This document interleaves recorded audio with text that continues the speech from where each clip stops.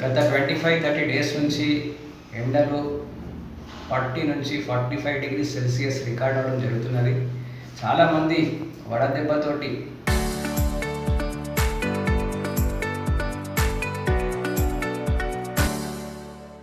Fever తోటి మన హాస్పిటల్కి రావడం జరుగుతున్నది.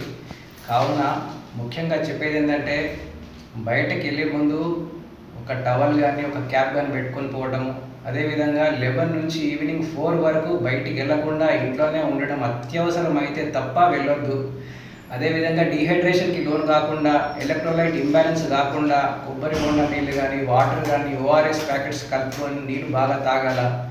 అదేవిధంగా ఏదైనా సన్స్ట్రోక్, హై ఫీవర్ 104, 103 టెంపరేచర్స్ కానీ వస్తే తప్పకుండా గవర్నమెంట్ హాస్పిటల్కి రావాలా, ట్రీట్మెంట్ తీసుకోవాలా. హై ఫీవర్, మజిల్ క్రాంప్స్ రావడం జరుగుతుంది, వీక్నెస్ వస్తుంది, చెమటలు బాగా పడతాయి.